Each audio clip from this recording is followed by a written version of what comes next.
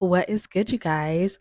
I'm so excited for this video today. I was just sitting here thinking about what I wanted to talk about, and I get a lot of you guys in the comment section and the emails, and you think you're somehow different than everybody else. You'll say that I grew up like this, my circumstance was unfavorable, my parents went through this and I didn't have this growing up. And so all of these things are in the way of why I can't manifest what I want, why I can't receive what I want. And in this video, I really hope that it clears a lot of this up for you because whether you want to believe it or not, you are no different than anyone, even your favorite celebrity. So before we get in today's message, I really want to anchor in something real and ancient. So I'm going to be covering two scriptures really quick from this metaphysical point of view. And so Acts 10, verse 34 says, Then Peter opened his mouth and said, Of a truth I perceive that God is no respecter of persons.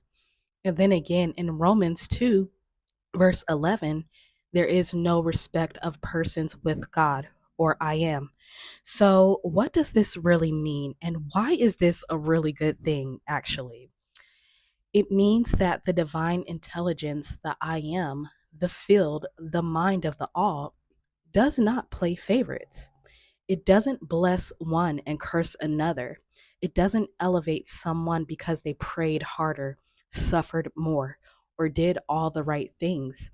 It simply reflects consciousness. It responds to what you accept as true. Now, even in A Course in Miracles, says it like this: You are also an idea in the mind of God, or I am. And in other words, this means you are not a separate self trying to earn your place in this world. You are an individualized concept of I am, an expression of the whole, a thought in the eternal mind. And because of that, that means that you are already it. Remember, you guys, you are not the doer trying to impress the universe. You are the universe expressing itself as you. So you possess the same one mind, the same kingdom, the same inheritance. And whether or not you consciously choose to be the operant power in your life, it does not change the fact that you are. So the question isn't whether you have the power, it's whether you'll recognize it. So again, I am does not care about your titles, your status, your past experiences, what you've been through, or even how badly you want something. It only reflects one thing. What are you being? What are you aware of as true in this now moment? That is it. Period. And I think Neville had a powerful quote expressing this sentiment. And he said that man's chief delusion is his conviction that there are causes other than his own state of consciousness. And I say this as someone who's expressed the highest of highs in my life and turned around and had the lowest of lows in my life. And now I understand this because there is not one individualized concept, person, perspective that is greater or better than the other.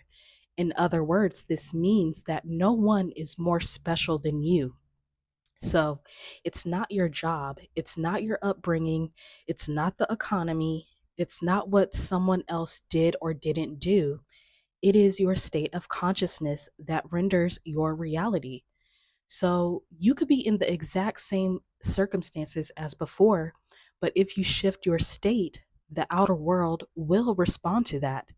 Not your hustle, not your hard work, not your timeline. So when people ask, why is my money funny and my SP acting distant and my job stressing me out? I ask them, what is the common denominator in all of that? Because here's the thing, you guys. If we can picture lack in this specific light, you would understand your life's circumstance.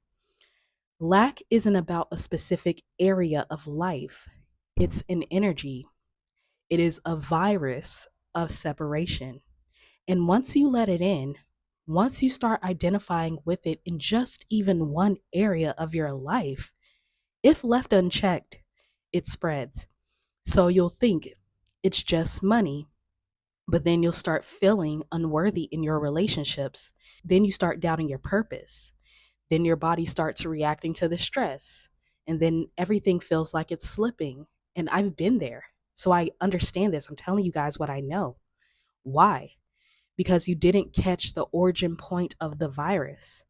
And the sweet field, as non judging as it is, says, "Oh, you're entertaining lack. Cool, here's more of it. You're the operant power. I'm just responding to you. I'm at your command." So it's not punishing you, it is reflecting you. Now, here's the liberating part in all of this. Because the field doesn't care which way it shows up, that means it also doesn't care which way the shift happens. So if you shift into fullness, if you remember that lack is a lie, that you're whole and sourced and unshakable, then the virus is cut off at the root. This is why the only correction is your perception. That is the miracle. To remember that you can never be separate from your source. And this pattern doesn't need years to unravel. It's one shift in identity that does the job. And let me say this too, it's only the ego, the fractioned off self, who believes it's an individual that is separate from everyone and everything, that says, "But it's showing up in love and I really care about that." Or "This one is more serious. It's about money." Or "This shouldn't be happening to me right now." Because the I am has no preference. It doesn't say, "Oh, wait, this person really deserves love, but not money." Why do you think there are so many billionaires that you may deem unethical and it seems like nothing bad happens to them? They accept the choice to be successful at whatever they do, and they assume the identity in the mirror says absolutely. So the I am, that formless awareness, says you are what you accept. And in your conviction and certainty, I'll be that. I'll express that through this character. So if lack is showing up in multiple areas of your life, don't panic because you're not a lost cause. You just forgot what you are. And you can remember right now. You're not a person with lack. You're the field aware of lack, or the field aware of abundance. And you get to choose what renders in this holographic reality. So, I want to give you 3 keys to remember when lack starts spreading, when you start seeing the virus take over your life. And number 1 is to remember that I am is neutral. It doesn't play favorites. It simply reflects the state you're in. You're not being judged, you are being mirrored. Number 2, lack is one pattern, not many problems. Every issue is just one face of the same belief that you are separate from your source. So change the root and the fruits shift too. Number 3, the ego mind has preferences. Your true self doesn't. So the ego wants to label this thing as more important or unfair, but the field doesn't see levels. It sees frequency, what you frequently return to, what you frequently give your attention to. So either you are it or you're just pretending not to be. So here's one way to shift out of lack with an example, because you don't have to fix every area of your life at once. Just pick one and correct the perception. So let's just say that you've been feeling unloved or abandoned in a relationship. Pause and ask yourself, what would it feel like to meet this moment with love instead of fear? Even if nothing changes externally, don't worry about it because nothing manifests in the 3D. You shift the frequency within by frequently returning to love. So you soften and you listen more and you remember that I am love. I don't need it, I bring it. And that one act, returning to love, becomes your dominant state.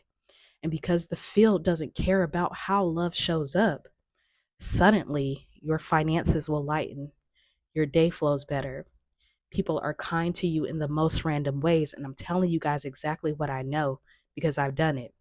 And why is this? Because your attention is on wholeness, not what's missing. And the field will always follow your lead. So you don't chase 100 symptoms. You reclaim the source. You return to love, and everything starts aligning, every single area of your life, because you already are the one. So I really intend that this, guys, really got to the root of it, that understand that there is no one out here that is more special than you, that knows more than you, that technically has more than you. They're just assuming an identity, and I am is playing that role through them. And so you have the same birthright. All of us have the same birthright. Everybody. It doesn't matter whether you recognize it or not, whether you choose to utilize it or not. That is your choice. All right. So make sure you grab both of my books, The Holographic Wealth and Not to Me But Through Me, to understand this more on a deeper level. We really break it down in those books. Thank you to everyone who has bought the books and they really assisted you in some way. I love getting the feedback and the emails. And if you would like to work with me one on one, get down in the description box below. And remember, you guys, your imagination, it is on your side. I'm not joking when I say that. It's on your side, and I am too. I will see you guys in the next one. Bye.